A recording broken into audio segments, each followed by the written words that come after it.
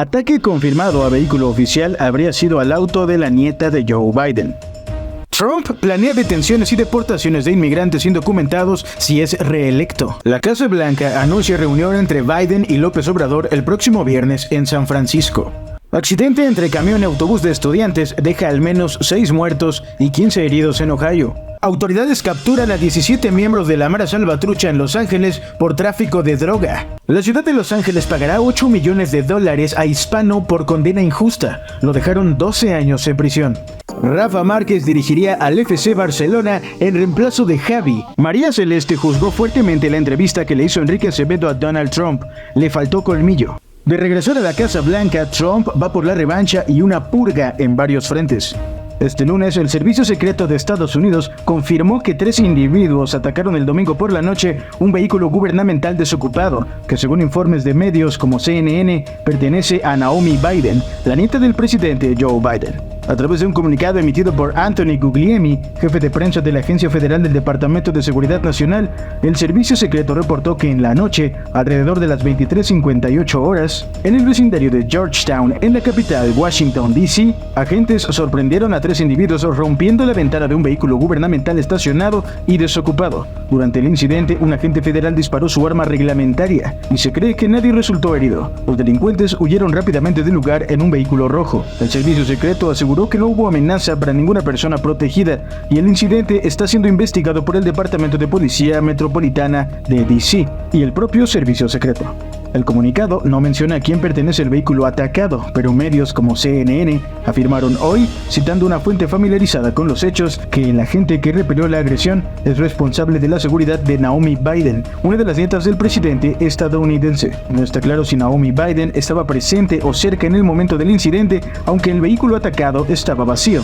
Este incidente ocurre en un momento en que Washington, D.C. experimenta un fuerte aumento en los índices de criminalidad. Por ejemplo, el robo de vehículos motorizados aumentó un 98% el año pasado, según estadísticas de la policía. El expresidente Donald Trump planea una gran represión de la inmigración si resulta reelecto a la presidencia en las elecciones del 2024, que incluye que, durante su primer periodo de mandato en 2025, se realicen detenciones a gran escala de inmigrantes indocumentados que ya se encuentran en Estados Unidos y que serían trasladados a campamentos mientras esperan ser expulsados del país. Según The New York Times, los planes de Trump limitarían considerablemente la inmigración legal e ilegal. Si es reelegido en 2024, ampliaría las estrictas políticas de inmigración de su primer mandato, incluyendo la construcción de campamentos para inmigrantes a deportar, colaboración con fuerzas del orden para detenciones masivas y una forma de expulsión sin audiencias de debido proceso. Ante la falta de financiamiento del Congreso, Trump consideraría redirigir fondos del Pentágono, estrategia ya empleada para el muro fronterizo. La noticia de estas propuestas ocurre después de que Trump, en un mitin en Florida el miércoles, prometiera llevar a cabo la mayor operación de deportación interna en la historia de Estados Unidos y argumentara que los delincuentes estaban cruzando la frontera entre Estados Unidos y México y advirtiera sobre gente joven y fuerte que tenía malas intenciones. El sábado, Trump prometió firmar una orden ejecutiva el primer día de su posible segundo mandato para dejar de financiar la provisión de refugio y transporte para inmigrantes indocumentados y dijo en un mitin en New Hampshire que redirigiría una parte de los ahorros hacia el refugio y tratamiento para nuestros propios veteranos sin hogar. También Trump afirmó, sin pruebas, que el presidente Joe Biden ha gastado más de $1 millón para alojar a inmigrantes indocumentados en algunos de los hoteles más lujosos del país.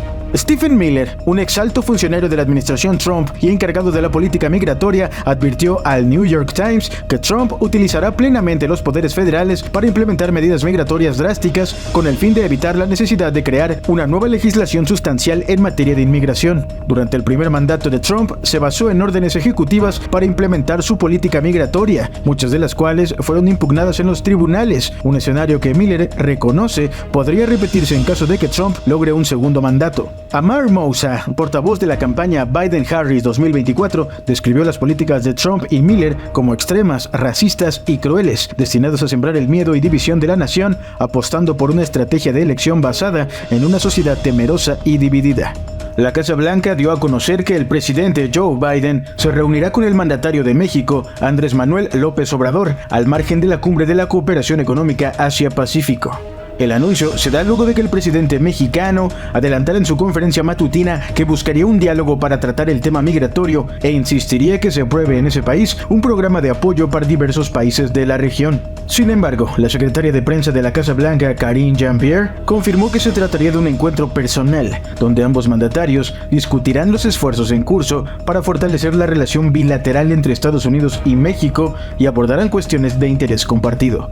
La cita de esta reunión bilateral será San Francisco el próximo 17 de noviembre, donde el tema migratorio será el tema central de la agenda, a unos meses de que la Organización Internacional para las Migraciones calificó la frontera entre Estados Unidos y México como la ruta migratoria terrestre más peligrosa del mundo. Esta cita se llevará a cabo apenas a unas semanas de que la Oficina de Aduanas y Protección Fronteriza informó que los encuentros de migrantes irregulares en la frontera con México se mantuvieron cerca de sus niveles más altos durante el año fiscal 2023, superando los 2.4 millones totales. Por la mañana de este lunes, Andrés Manuel López Obrador confirmó su visita, pero no su encuentro en privado con Biden, explicando que, ahora que voy a Estados Unidos, voy a tratar el tema con el presidente Biden. Quiero seguir insistiendo en que se apruebe un plan de ayuda a los pueblos de América Latina y del Caribe, lo que fue en su tiempo, o algo parecido, a la Alianza para el Progreso que puso en marcha el presidente John F. Kennedy. Es decir, López Obrador buscaría presentar la propuesta alcanzada tras la cumbre migratoria que albergó México el 22 de octubre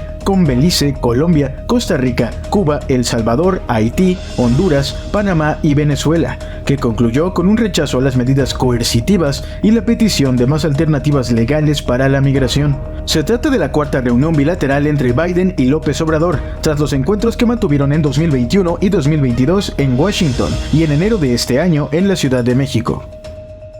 Autoridades informaron que un autobús charter que transportaba estudiantes de una escuela secundaria fue chocado por detrás por un camión en una carretera de Ohio este martes por la mañana, dejando al menos 6 personas muertas y otras 15 heridas. El director de la Agencia de Manejo de Emergencias del Condado de Licking, Sean Grady, dijo que los estudiantes que viajaban en el autobús eran del distrito escolar local de Tuscarawas Valley, en el este de Ohio, quienes viajaban a una conferencia de la Asociación de Juntas Escolares de Ohio en Columbus. A bordo había un total de 57 personas, según The Associated Press. El accidente ocurrió poco antes de las 9 de la mañana en la Interestatal 70 Oeste, en el condado de Licking, cerca del paso subterráneo de Smoke Road y a unas 26 millas o 42 kilómetros al este de Columbus. Los heridos estaban siendo tratados en 5 hospitales. La Cruz Roja estadounidense del centro y sur de Ohio dijo que cumplió con una solicitud de más sangre de un hospital en el área, enviando 30 unidades a un hospital en el sistema de salud Mount Carmel, dijo Marita Salkowski, directora regional de comunicaciones. También informó que se instaló un centro en una iglesia metodista unida en Etna para que los pasajeros del autobús que no necesitaran atención médica pudieran acudir y contactar a sus seres queridos. Numerosos servicios de emergencia se encontraban en el lugar y las cámaras del Departamento de Transporte de Ohio del área mostraron el humo saliendo del lugar del accidente. La autopista fue cortada en ambas direcciones y se reportaron numerosos retrasos en el tráfico. Mike Lymon, investigador de la Oficina Forense del Condado de Licking, dijo que los habían llamado al lugar, pero delegó otras preguntas a la policía estatal. Un operativo condujo a las autoridades federales y locales a la captura de 17 integrantes de la organización criminal Mara Salvatrucha en Los Ángeles, California, por acusaciones de tráfico de drogas, reveló el Departamento de Justicia. La acusación fue hecha por un gran jurado contra 23 personas, incluyendo a los 17 detenidos, a 4 personas que ya estaban tras las rejas en California y a 2 sospechosos más que están en búsqueda y captura. En la operación de los funcionarios se confiscaron 9 armas de fuego y cerca de $94,000 en efectivo, con aproximadamente $50,000 encontrados en un solo lugar. La acusación argumenta que los sospechosos formaban parte de una red de distribución y venta de metanfetaminas en el centro de Los Ángeles. Los principales acusados son Pavel Hurtado, de 36 años, también conocido como Temper, y Eli Grijalva, de 34 años, conocido con el alias de Skinny, quienes presuntamente supervisaron las actividades de narcotráfico de la organización entre el mes de julio del 2021 y agosto del 2023, recibiendo órdenes de los miembros que ya estaban en prisión. Por su parte, el fiscal federal Martín Estrada indicó en un comunicado que la acusación da a conocer que el tráfico de drogas es el método principal que utiliza la MS-13 para financiar su modus operandi de asesinato y caos. Estrada denominó a la Mara Salvatrucha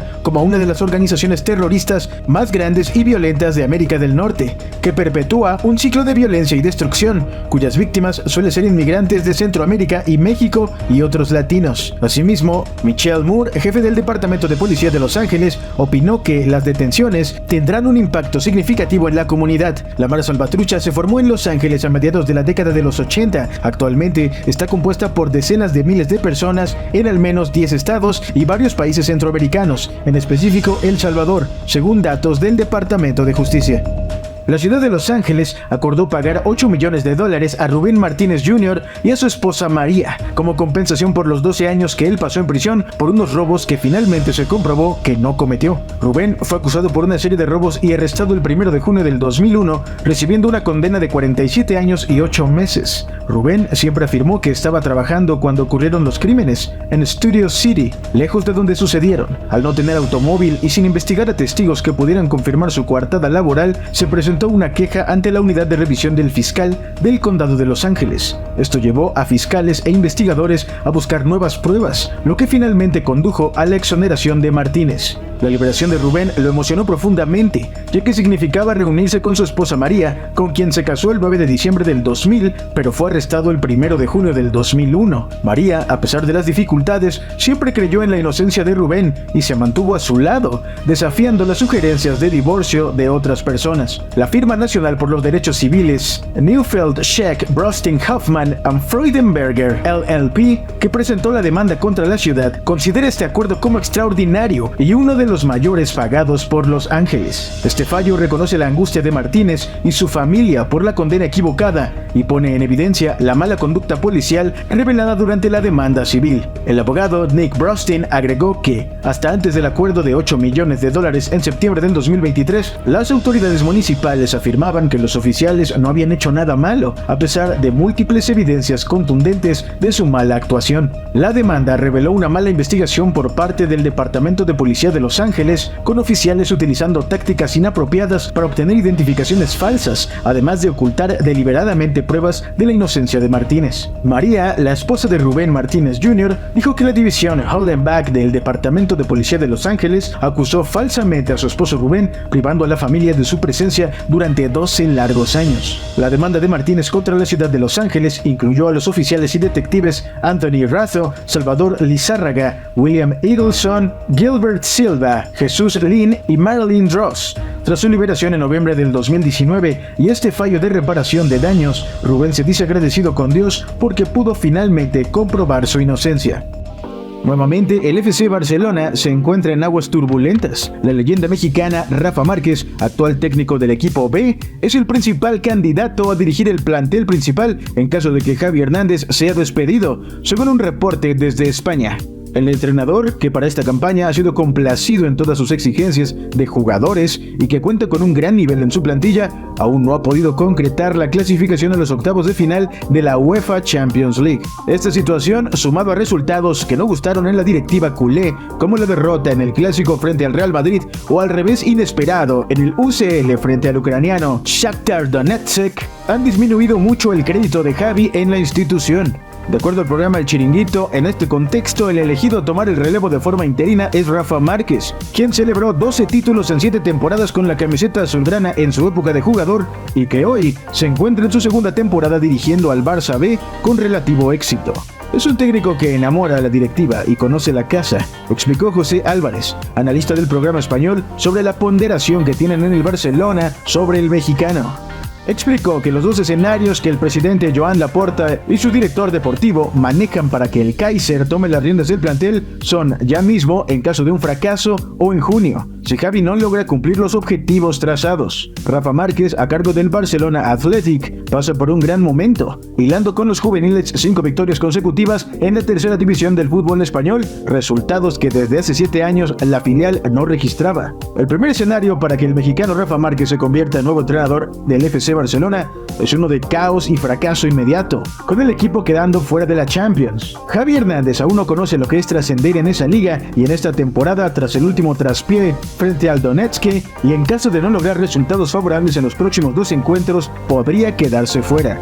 La presentadora María Celeste Arrarás expresó su descontento con el enfoque de la entrevista que le hizo Enrique Acevedo a Donald Trump. Añadió que la cadena Univision no cumplió con estándares durante la conversación, al tiempo que destacó la importancia de un periodismo objetivo y equilibrado en la cobertura política. No importa de qué presidente o candidato se trate, ni de qué partido político esté involucrado, los periodistas tienen que hacer las preguntas difíciles y no estar sonriendo tras cada respuesta del entrevistado. Y, ciertamente, una cadena de televisión y su departamento de noticias tienen que ser objetivos, balanceados e incisivos. Ese no fue el caso con la cadena Univision, y la entrevista exclusiva que le hizo hace unos días a Donald Trump comenzó escribiendo en Instagram: a la entrevista le faltó colmillo, por no decir que más bien pareció una campaña de relaciones públicas. Trump hizo varias aseveraciones falsas que nunca fueron cuestionadas, a pesar de que hay evidencia contundente que así lo comprueba. El trabajo del periodista es fiscalizar, hacer las preguntas difíciles, las que ellos no quieren contestar, no importa si es Trump, Biden o el que sea, agregó. Celeste hizo mención de una presunta denuncia contra la cadena Univision por parte del Washington Post, que planteó preocupaciones sobre la influencia de altos ejecutivos de Televisa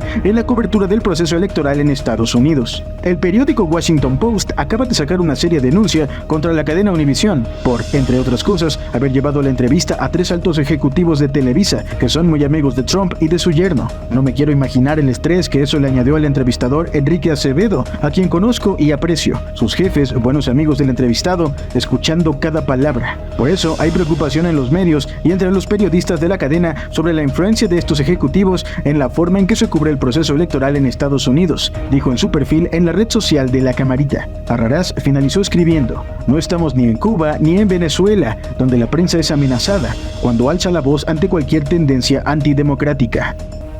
Donald Trump, en caso de ser reelegido, tiene la intención de llevar a cabo detenciones y deportaciones de inmigrantes indocumentados, así como realizar una purga en la fuerza laboral federal para eliminar a aquellos considerados desleales, de acuerdo con un artículo de CNN. El medio advierte que esto implicaría el ejercicio del poder de la aplicación de la ley federal contra enemigos políticos, convirtiéndose en una venganza política.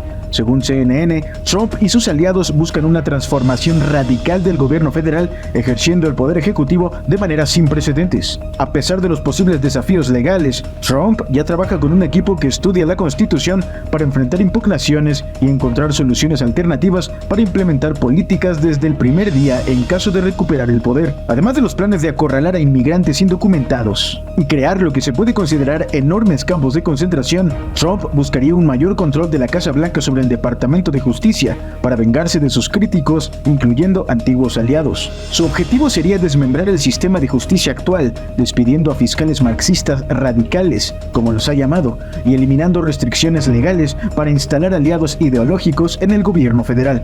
Todo como parte de un esfuerzo más amplio que eliminaría las restricciones legales y las protecciones tradicionales contra la interferencia política y daría a la Casa Blanca más autoridad para instalar aliados ideológicos en todo el gobierno federal, insiste CNN.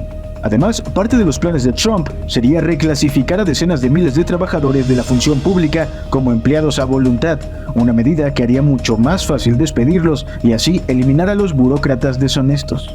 El expresidente ha dicho que exigiría a las agencias policiales locales que utilizaran la controvertida práctica policial de parar y registrar para poder recibir financiación del Departamento de Justicia. También sugirió que desplegaría la Guardia Nacional en ciudades con altos niveles de criminalidad.